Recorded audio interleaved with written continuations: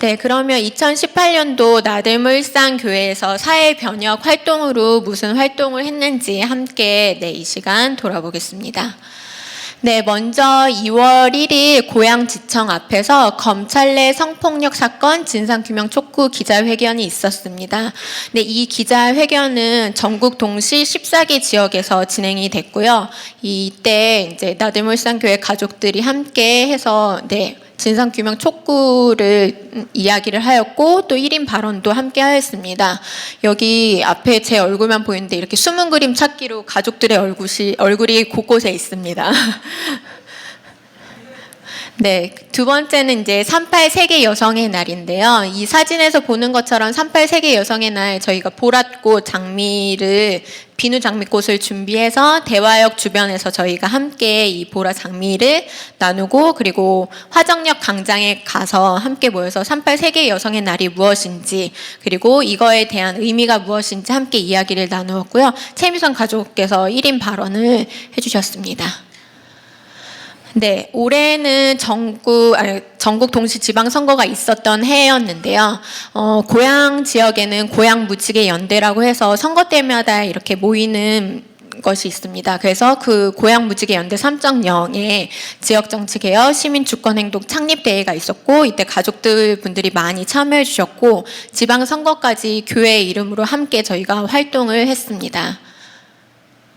네, 4월은 참 저희에게 좀 힘든 그리고 슬픈 달인데요. 이때 저희가 함께 이웃의 고난을 기억하는 음악회로 함께 하였습니다. 그래서 주님과 이웃의 고난을 기억하는 음악회로 4.16 합창단이 와서 함께 합창을 하였고 저희 가족들이 그곳에 마음을 모아주고 또 토크쇼에서 함께 이야기하는 시간을 가졌었습니다. 그리고 이어서 세월호 참사 4주기 고양 시민 기억의 날로 그 행사에서 저희가 함께 또 합창으로 저희의 마음을 표현하는 시간을 가졌습니다. 네, 올해 좀 산항동 이야기로 좀 가족들이 많은 활동을 했던 때였는데요. 이때는 5월 14일 그 전날 이제 유영석 목사님께서 미사리에서 하룻밤을 주무시고 가족들이 그 다음날 미사리에 가서 함께 이렇게 행진을 하는 모습이고요. 그리고 6월 6일 저희가 산항동 둘레길을 걷고 그곳에서 평화기도회를 함께 평화기도회 시간을 가졌습니다. 그리고 6월 22일 고양시청 앞인데요. 이때 그 고양 산항동 골프장 증설을 반대하는 고양 시민들의 대규모 집회가 있었던 날이었습니다. 그래서 이때 우리 아이들도 함께 가서 자리를 함께 한 모습이고요. 지금 이 사진에는 없지만 얼마 전에 있었던 그 도심 골프장과 도심 숲의 가치, 사회적 가치를 비교하는 토론회에도 많은 가족들이 참여해 주셨습니다. 네, 이렇게 해서 이제 그 사회 변혁 활동이 있었고요. 또 이제 신과 인간 세미나라고 해서 저희가 함께 책을 읽고 또 토론을 하는 그런 시간들이 있었습니다. 네, 먼저 저희 6월 말씀 시리즈가 있었습니다. 그 6월 말씀 시리즈 중에서 남기엽 소장님과 하종관 교수님의 강의를 하시기 전에 저희가 함께 공부하는 시간을 가졌는데요.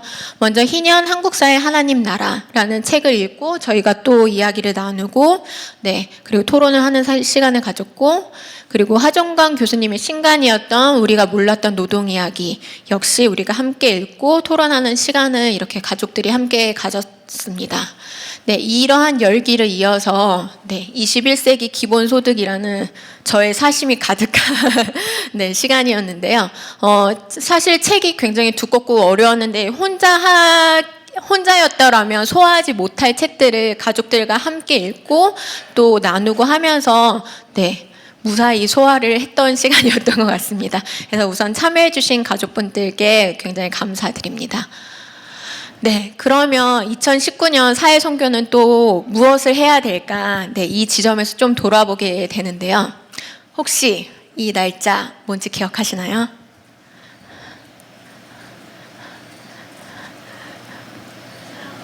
네?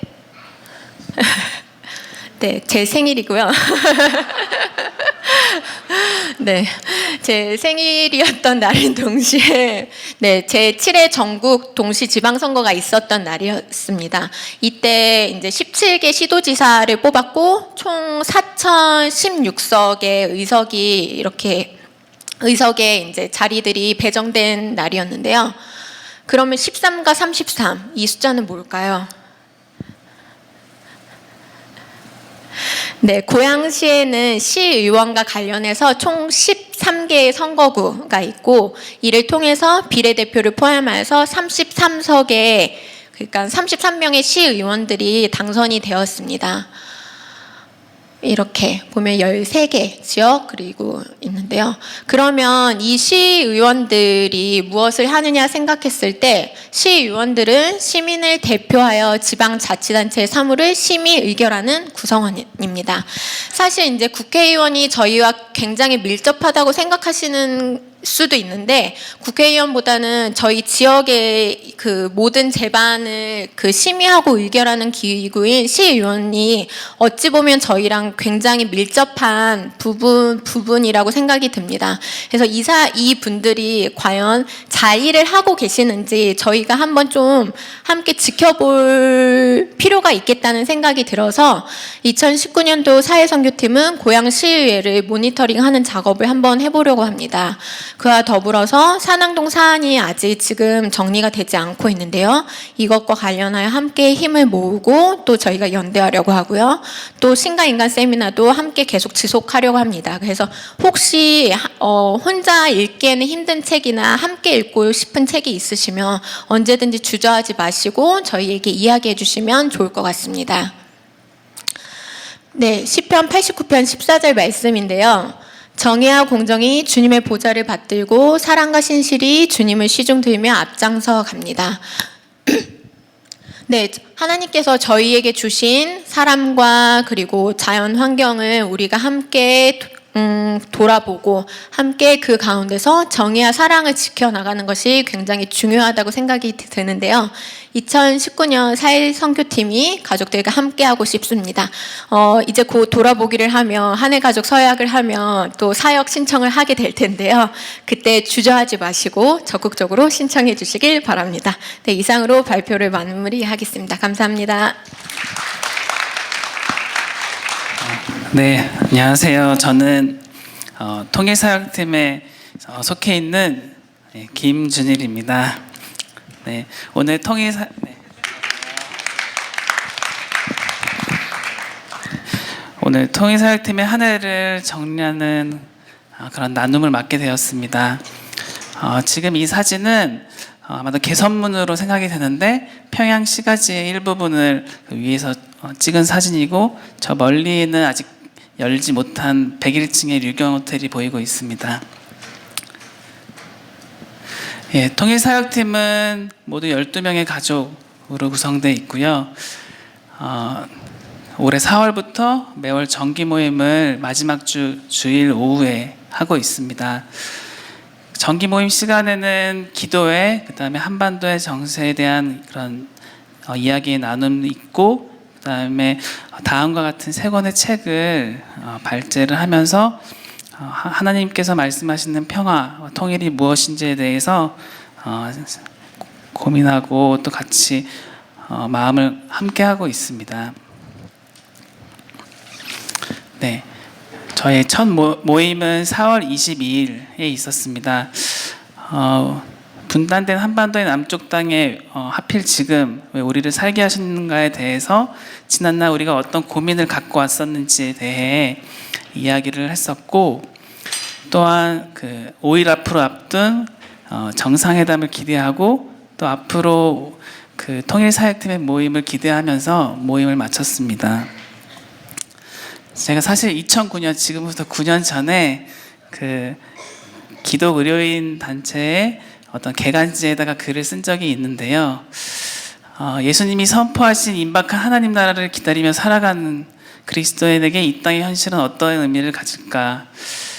관계의 단절이 곧 죄의 본질이라는 것을 통해서 하나님과 인간의 관계의 단절이 죄였던 것처럼 인간과 인간의 관계의 단절도 죄라는 것을 성찰하는 일, 그 다음에 이 땅에서 평화를 가꿈으로써 우리의 이해를 뛰어넘어서는 하나님의 온전한 통치를 그려보는 일, 상처받은 사람들과 함께 아파하며 그리스도의 남은 고난을 채우는 일이 하나님의 뜻이 아닐까 이렇게 고백을 한 적이 있었는데요. 그 후 제가 지금까지 얼마나 이 고민을 안고 치열하게 살아왔는지를 다시 한번 반성해 본 그런 시간이었습니다. 분단 그리고 전쟁으로 인한 그런 고통, 그런 비용들을 나타낼 수 있는 단적인 숫자 2개를 제가 적어 보았는데요. 우선 첫 번째는 북한과 남한의 군 복무 기간입니다. 네. 한창 때 정말 꽃과 같은 그런 청년들이 북한에서는 사회생활을 하려면 한 27살 정도는 돼야 사회생활을 할 수가 있고, 남한에서는 많이 기간이 이제 줄어서 21개월 정도의 군복무 기간이 있고요. 그 다음에 아래의 숫자는 이제 2016년도에 북한과 남한의 국방비가 되겠습니다. 그래서 밑에는 GDP, 1년 GDP인데 그 중에 북한에서는 4분의 1가량을 국방비로 쓰고 있고 남한에서도 상당수를 이제 국방비로 사용하고 있습니다. 우리 안에 너무나 높아서 외면하고 있었던 그 우리 안을 가로지르고 있는 그 높은 담이 드디어 허물어지기 시작한 것 같습니다. 그 정세현 전 통일부 장관의 말을 빌리면 담대한 여정으로 한반도의 판이 뒤흔들리고 있는 것 같습니다. 그걸 단적으로 이제 나타내는 문재인 대통령의 연설을 잠깐 따와봤는데요.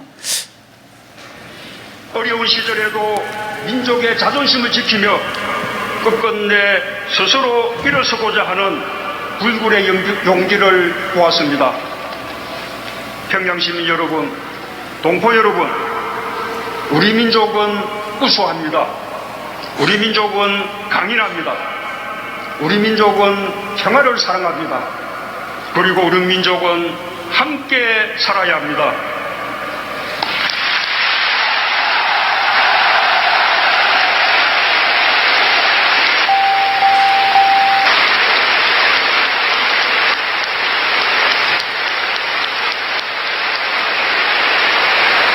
우리는 5,000년을 함께 살고 70년을 헤어져 살았습니다. 나는 오늘 이 자리에서 지난 70년 적대를 완전히 청산하고 다시 하나가 되기 위한 평화의 큰 걸음을 내딛자고 제안합니다.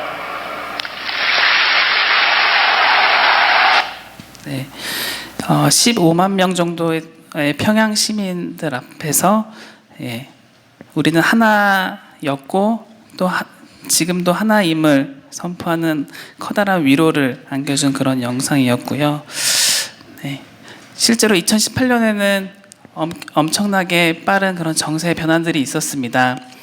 첫 번째로 4.27 판문점 선언을 통해서 한반도의 완전한 비핵화와 또 9년간 무시되었던 6.15와 14선언의 계승, 그 다음에 적대 행위를 중지하고 연내 종전선언을 하기로 약속을 하면서 북한에선 선제적으로 풍계리의 핵실험장을 폐쇄했었고요. 두 번째로 싱가포르에서 6월 12일에 있었던 북미 정상회담에서는 이러한 판문점 선언을 계승하고 비핵화 진행에 따라서 종전선언과 평화체제 구축을 양 정상 간이 약속을 했었고요. 북한은 역시 구체적 조치로 미군 유해도 송환하고 그다음에 동창리에 있는 ICBM 발사장도 해체하였습니다. 또한 9월 평양선언을 통해서는 판문점 선언을 계승하기로 했고 그다음에 연내 철도 착공 등을 비롯한 경업 사업을 지속하기로 하면서 또한 군사 합의를 통해서 JSA를 남북이 마음대로 오고할 수가 있고 GP를 상징적인 의미가 남기는 한두 곳만 제외하고는 모두 철수하기로 했고요. 그 다음에 트럼프의 그 트위터에 따르면 핵사찰도 수용하기로 한 그런 상태입니다. 2017년 통계청에 따른 북한 주요 통계 지표를 보시면 2016년 기준으로 북한 주민의 94.1%는 분단 이후 태어난 사람들이고 2025년이 되면 15세 이하 인구수는 북한이 남한을 초월하게 됩니다. 바벨론 포로 기간이 70년이었던 것처럼 2018년은 남북 분단 정부가 세워진 지 70년이 되는 그런 해이고, 분단과 전쟁의 상처가 치유되기 위해 필요했던 시간이 어쩌면 70년인지도 모르겠습니다. 저희가 5월에는 이 4.27 정상회담의 의의에 대해서 같이 모임을 가졌고, 또한 사랑으로 행군하다라는 책을 조명숙 여명학교 교감 선생님께서 쓴 책을 같이 읽고 소감을 나누었습니다. 6월에는 통일을 준비하는 그리스도인이라는 주제로 조명숙 교감 선생님의 말씀을 들을 수가 있었는데요. 네, 간단하게 2015년에 독일의 대통령이 한국에 오셨어요. 그때 우리 학교를 방문하셨어요. 3박 4일 오신 중에. 근데 이분이 동독 출신이고 목사님 출신이었어요. 근데 이분이 딱 와서 저한테 뭐라고 하냐면, 조 선생, 우리 독일은 통일이 사고처럼 왔습니다. 그래서 시간이 없어서 동독 사람들을 배려하지 않고 그냥 서독거를 이식시켰대요. 뭐 교과서도 전부 이제 서독거 배우고. 그런데 그러다 보니까 통일이 된 지 25년이 됐는데 지금도 점령군한테 점령당한 것 같고 아직도 마음에 불편함이 있습니다. 그런데 만약에 탈동자들이 통일 이전에도 많이 왔대요. 그런데 이 탈동자들을 모아놓으면 이등국민 될까봐, 낙인 찍힐까봐 다 그냥 뿌려놨다는 거예요. 그런데 이게 서독사회에 적응하기는 되게 좋았는데 통일의 관점에서 보면 아쉽습니다. 만약에 미리 모아놓고 동독 사람들만의 유니크한 특성이 있대요. 우리도 그렇잖아요. 지금 남한 사람, 북한 사람 굉장히 다르거든요. 그 사람들만의 유니크한 특성을 모아서 거기에 맞는 교육 과정과 그 다음에 교육 시스템을 만들어 놓고 통일이 된 이후에 북한 지역에 썼더라면, 아니면 동독 지역에 썼더라면 이들한테 맞는 거를, 새로운 걸 가리키니까 오히려 배려받았다고 생각하고 통합이 더 빨리 됐을 겁니다. 우리는 못했지만 한국은 지금 그걸 조 선생을 통해서 하고 있는 겁니다. 이게 남한사의 적응보다 더 중요한 일입니다. 하나님께서 이 아이들을 여기까지 보내셨을 때는 죽을 고비를 3번, 4번 넘게 보내셨는데 겨우 남한 사람 뒷공문이 쫓아가라고 그 어려움을 겪게 하신 게 아닙니다. 이 사람들이 통일되기 전에 미리 남한에 와서 통일된 이후에 북한 지역에서 쓰일 것들, 또 북한 지역에 맞는 것들을 미리 준비하라고, 남한의 교회에게 미리 성령의 통일을 준비하라고 이분들을 먼저 보내신 겁니다. 아멘. 그런데 우리는 이 사람들의 중요성도 모르고 그냥 이렇게 남한 사회에 적응하라고 이런 식으로만 했던 거죠. 그래서 저희 학교는 뭘 지향하냐면 통일된 이후에 북한 지역에 쓰일 교육 과정과 교육 내용을 만드는 그런 통일 준비 학교로서 준비를 하려고 지금 생각하고 있습니다. 근데 하나님께서는 어떤 통일을 원하시냐면 에베소서 1장 9절에서 10절에서 나온 하나님께서 우리에게 예수 그리스도와 성령을 보낸 것은 하늘에서도 통일, 땅에서도 통일을 이루게 하려 하심이라. 그래서 성령의 통일을 준비하라고 이 마지막 남은 이 한반도에 그걸 원하시는 거죠. 성령의 통일은 누가 전문가입니까? 우리가 전문가죠. 우리 안에 성령님이 계시잖아요. 우리가 그래서 성령의 통일을 준비해야 된다고 생각을 하고. 네. 저희 6월과 7월 모임에서는 박한식 교수님이라고 하는 그 북한에 50번 이상 왕래하신 재미 북한 전문가이신 교수님의 선을 넘어 생각한다라는 책을 통해서 북한에 대한 남한의 오해와 편견을 벗겨나기 위한 그런 공부를 같이 하였고요. 또한 이러한 과정에서 한반도 평화를 위해 드리는 기도문, 책갈피로도 나눠드렸던 그것의 초안이라고 할 수 있는 내용들이 서로의 나눔을 통해서 만들어졌습니다. 그 편견의 대표적인 내용 중에 하나가 이제 퍼주기 프레임이라고 할 수 있는데요. 조선일보 2008년도에 실린 그 기사입니다. 김대중 노무현 정권 동안 10년 동안 모두 3조 5천억 원 정도의 지원이 되었다는 그 기사를 볼 수 있고, 이거는 이제 이명박 정부의 통일부에서의 자료인데요. 과연 이게 퍼주기인가?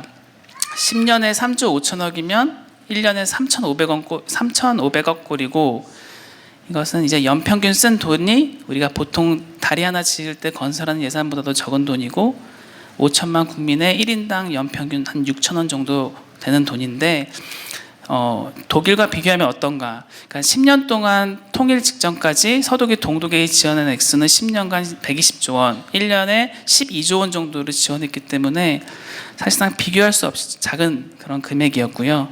또한 우리가 음식물 쓰레기로 인한 그런 손실이 2005년에는 18조 원, 2012년에 25조 원이고, 2013년 서울시에서 음식물을 처리하는 비용만 2,400억임을 생각할 때 우리가 더 품을 넓게 갖지는 못했을까, 이런 생각을 했습니다. 네, 8월 모임에서는 수련회에서 강동진 목사님께서 말씀 가운데 각자에게 주셨던 마음들에 대해 나누었고요. 특히 이제 우리가 어떤 마음가짐을 가지고 임해야 되는지에 대해서는 이 개미 그림으로 얘기해 주신 게 많이 기억에 남는 것 같습니다. 복음화된 오른쪽 돌에서 복음이 아직 전파되지 않은 왼쪽, 혹은 일산에서 북한으로, 우리가 개미 한 명은 키가 닿지는 않지만 밑에서부터 1번 개미는 이제 로컬 철치 나등목 일산교회 같은 우리가 그쪽으로 지향하고 있으면서 여명학교나 본학원 공동체 같은 2번, 두 번째 가운데 개미가 받쳐주고, 또 선교사인 세 번째 맨 위에 개미가 도약할 수 있도록 우리가 같이 힘을 모아야 된다고 했는데, 나들목 일산교회 안에서도 이 세 명의 개미가 선순환할 수 있는 그런 구조였으면 좋겠습니다. 또한 후반기 주제로 우리가 평화에 대해서 이야기하게 되었고, 또한 주일 예배 시간에 한반도 평화 기도문 책갈피를 나눌 수 있었습니다. 네, 9월과 10월은 개인, 가정, 교회, 그다음에 한국, 세계 영역에서 평화에 대해 성찰하는 시간을 갖기 위해 평화에 대한 기독교적 성찰이라는 책을 지금도 같이 배우고 있고요. 그런 과정 속에서 우리가 배웠던 것은 추상적이고 공허한 평화가 아니라 내 삶에 아주 밀접한 평화라는 것을 배우게 되었습니다. 평화의 실현의 시작은 우리 각자가 딛고 선 이 현실이고, 잠재력의 그 능력을 실현하게 하는 것이 편하고, 반대로 폭력은 우리의 잠재력을 막는 모든 것임을 알게 되었고요. 또한 우리가 관습이나 사회적인 합의나 이해, 혹은 판례 등을 통해서 세상의 눈을 볼 수도 있지만, 평화는 그 희생의 원인과 또 관계의 질에 주목을 해서 이 세상을 본다는 것을 또 배웠고, 또 비폭력과 저항은 모순적인 것이 아니라 마치 그 마하트마 간디 선생님의 그 소금 행진과 같이 우리가 비폭력 저항이 가능하다는 것을 알게 되었습니다. 또한 우리가 평화를 이룰 때 크리스천으로서 사랑이 얼마나 중요한지에 대해서도 배우는 시간이었었는데요. 율법교사가 내 이웃이 누구냐고 물어보았을 때 예수님께서 선한 사마리아인의 비유를 들면서 누가 강도 만난 자의 이웃이 되겠느냐고 얘기하셨고, 우리가 도움을 줄 수 있는 사람을 범위를 정하려고 하지만 실제로 이웃은 도움이 필요한 사람이 그 범위를 정할 수 있다고 이야기한 예수님의 이야기를 기억하면서 대표적인 우리의 손양원 목사님의 살아온 그 삶의 흔적들을 떠올리게 되었고요. 우리가 사랑을 실천할 때 불의한 폭력에 직면하는 상황에서 사랑을 그럼 어떻게 구현할 것인가, 무고한 희생이 따르는 그런 현실에서는 어떻게 우리가 해야 될 것인가에 대한 기독교적인 역사가 제시한 두 가지 답이 있다는 것을 알게 됐습니다. 첫 번째로는 기독교 평화주의고, 두 번째로는 기독교 이타주의인데요. 간략하게 말씀드리면 기독교 이타주의는 정당 전쟁 전통이라고도 하는데, 나와 남 사이의 관계에서는 사랑이 가장 중요한 가치이지만, 다른 사람과 다른 사람의 관계에서는 필요에 따라서는 저항을 할 수도 있다. 왜냐하면 사랑에 담긴 타자의 책임성이 악에 대한 저항을 정당화하고, 그렇지만 폭력이나 저항, 전쟁 등을 할 때에는 반드시 무겁고 비통한 마음으로 수용을 해야 한다. 반면 기독교 평화주의 같은 경우는 나와 남, 그리고 남과 남 사이의 관계를 철폐하고 나의 삶의 모든 영역에서 개인적인 사적인 영역부터 공적인 정치적 영역까지 예수 그리스도의 그 삶을 그대로 본받아야 된다. 따라서 전쟁에서의 폭력 사용이라는 문제는 예수를 그리스도로 받아들이냐의 핵심 문제이기 때문에 모든 폭력에 우리는 저항하지 말아야 한다는 그런 이야기까지 가게 되는데요. 사실 이 평화주의 전통과 이타주의 전통 같은 경우는 굉장히 사랑이라는 그런 윤리적인 가치를 통해서 굉장히 밀접하게 연결되어 있고, 현재 사회에서 대부분 통용되는 그런 십자군 전쟁의 논리와는 그 결을 매우 달리한다고 할 수 있습니다. 그래서 왼쪽에 있는 두 개의 동그라미는 기독교 평화주의와 기독교 이타주의고, 오른쪽은 십자군 전쟁에 의한 전통이라고 할 수 있습니다. 네. 우리가 매일 그 예배 마지막에 부르는 그 노래는 이제 그 선하님의 고요에 감싸여라는 노래입니다. 이것은 이제 보네퍼 목사님의 마지막 옥중 편지이기도 합니다. 독일 고백교회의 목회자이자 신학자이신 보네퍼 목사님이 히틀러의 정권과 이에 가담한 국가교회에 대항하여 히틀러의 전복모의에 가담하였고, 그러다가 잡혀서 2차 대전이 마치는 것이 얼마 안 앞둔 4월에 교수대에 오르게 되었습니다. 기독교 이타주의 전통 가운데 있었던 그 보네포 목사님의 하나님 앞에서의 그 비통한 기도, 그다음에 무거운 고민의 깊이를 느낄 수 있는 그런 노래인 것 같습니다. 또한 얼마 전에 대법원에서 양심에 따른 병역 거부 문제를 이제 죄가 아니다라고 68년 만에 벗게 되었는데요. 그동안 2만 명이 넘는 이 땅의 젊은이들이 군 복무 기간 이상의 기간을 감옥에서 보내왔고, 이 사건은 우리 사회의 큰 한 걸음의 진전이라고 할 수 있습니다. 왜냐하면 폭력이 일상화된 그런 사회에서는 평화를 모색하는 사람이라면 누구라도 양심에 따른 방어 거부를 고민할 수밖에 없습니다. 그래서 고민하지 않고 사는 길에서 우리가 그 정당한 전쟁론자, 그 중에 참과 거짓을 구분해서 진짜 정당한 전쟁론자로 가는 길, 그다음에 현실과 이상, 또 거기서 용기를 더 낸다면 군대에 가는 평화주의자의 길, 그러니까 훈련은 받되 총을 드는 것은 거부한다거나 양심에 따른 방어 거부를 철저하게 참여하는 그런 평화주의의 길도 있을 수 있습니다. 네, 우리 가족들이 적어주신 글들을 보았는데요. 통일이 된다면 나는 우선 이렇게 문이 열리기만 한다면, 남북의 교류가 진행되면 지금이라도 당장 할 수 있는 그런 것들이 많이 있습니다. 또한 텃밭뿐만 아니라 더한 것도 할 수 있고요. 우리에게 통일이란 아빠 고향에서 사랑하는 사람과 함께 있는 시간이기도 하고, 또 아픈 역사의 회복이기도 하지만, 이런 염원의 실현이면서도 새로운 소통이 있는 사회로의 전환이 필요한 숙제를 안겨주는 것 같습니다. 마치 2차원의 애벌레가 번데기에서 나오게 되면 3차원의 하늘을 날아야 되는 더 어려움이 있는 그런 과정이 어쩌면 통일일 수도 있다는 생각이 듭니다. 그래서 이제 여성학자이신 정희진 교수님께서는 우리에게 필요한 통일은 둘이 하나가 되는 통일이 아니라 하나가 여럿이 되는 통일이다. 획일화된 하나의 가치로 평가받는 그런 사회가 아니라 서로 같이 차이가 존중되고 서로 어울릴 수 있는 그런 통일을 꿈꿔봐야 된다. 이렇게 얘기하신 바가 있었고요. 네, 마지막 PPT입니다. 네, 이사야 52장 7절 말씀이고요. 네, 평화와 구원의 복된 소식, 이스라엘의 하나님이 통치한다는 기쁜 소식을 전하는 사람들의 백두산과 한라산을 넘는 발이 참으로 아름답구나.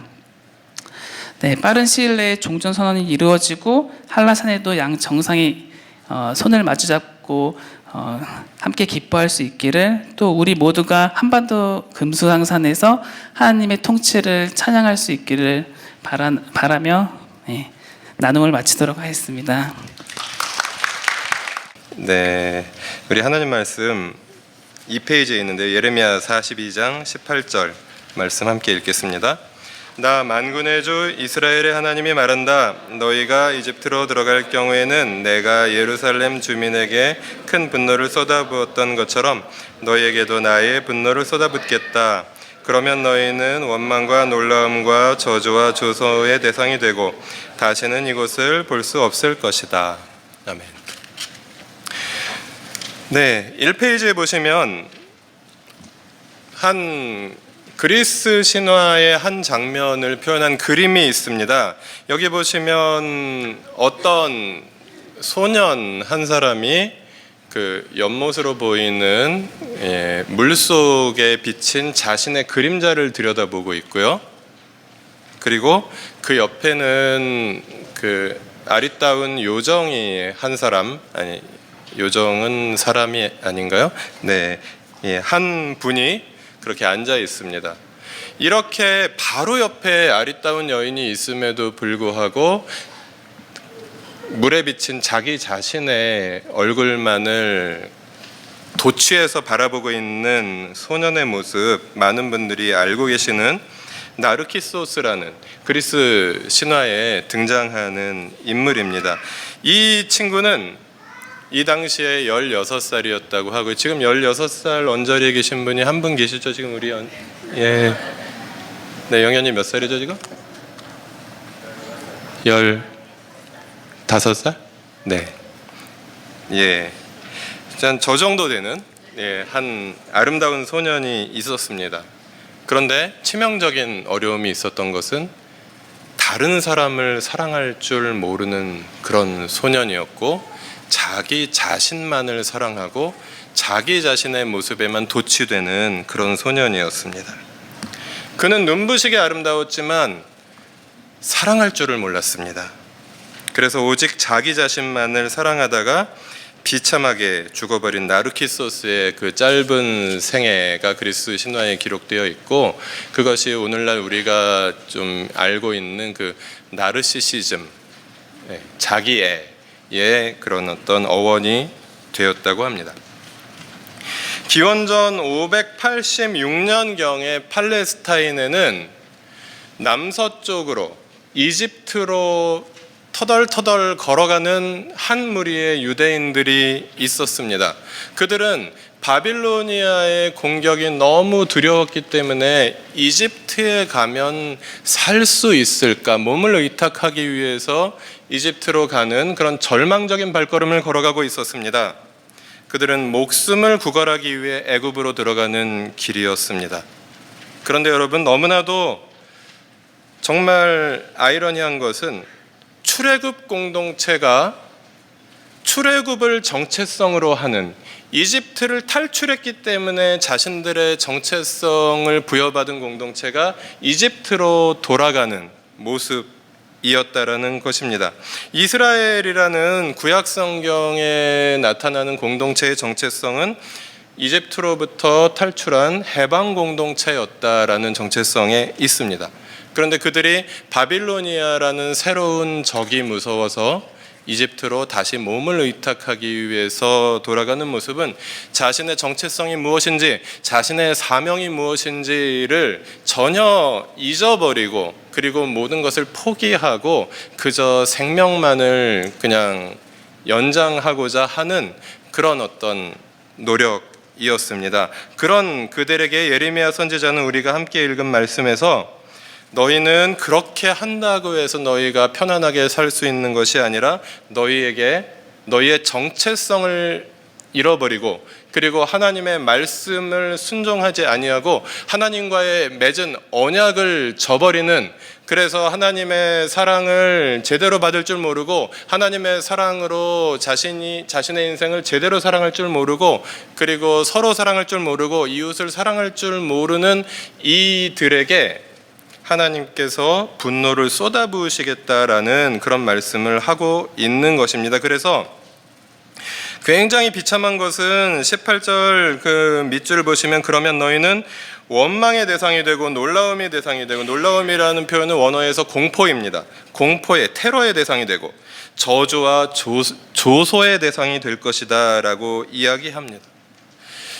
그들이 이집트를 탈출했을 때에는 제사장 나라가 되어서 온 세상의 존경을 받고 온 세상의 모든 사람들을 하나님께로 이끌어가는 그런 고귀한 직분을 허락받았는데, 자신들의 사명을 다 잃어버리고 이제 놀라움과 조소와 원망의 대상이 돼서 너희 때문에 우리가 망한다, 너희 때문에 우리가 고통스럽다라는 그런 손가락질의 대상이 되어버리는 상황을 맞이할 것이다 라고 성경은 말하고 있는 것입니다.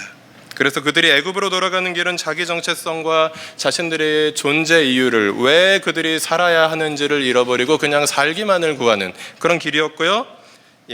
그래서 복의 근원에서 이제는 민폐의 근원이 되는, 마치 오늘날 어느 나라의 교회의 모습처럼 복의 근원의 역할을 제대로 하지 못하고 민폐의 근원이 되어버린 그런 모습을 우리는 가슴 아프게 구약 성경의 그 마지막 이야기에서 보고 있습니다.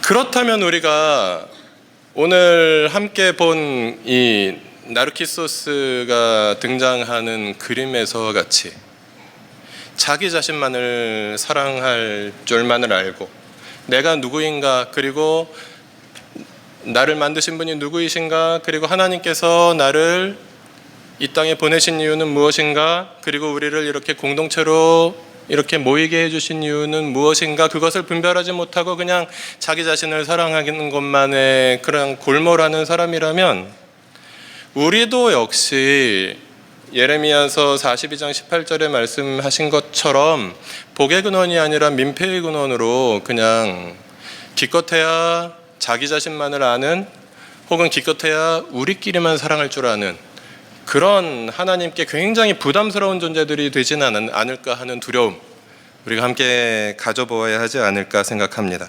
그래서 우리는 자기애의 공동체가 아니라 이웃사랑의 공동체를 함께 꿈꿉니다. 우리가 받은, 하나님으로부터 받은 이 놀라운 아름다운 사랑은 나에서 우리로 퍼져가야 합니다. 우리는 그래서 거울만 보고 있는 사람이 아니라 내가 아닌 다른 사람을 사랑하는 사람들이 되어야 합니다. 내 상처만 핥고 있는 것이 아니라 서로의 상처에 약을 발라주고 싸매어줄 수 있는 사람들로 살아야 합니다. 지난주에 우리는 6개의 가정교회가 정말 풍성한 감사를 나누었습니다. 그런데 이 모습은 자칫 잘못하면 오해를 받을 가능성이 있습니다. 자기들끼리만 즐거운 교회는 아닐까 하는 오해를 받을 수 있습니다.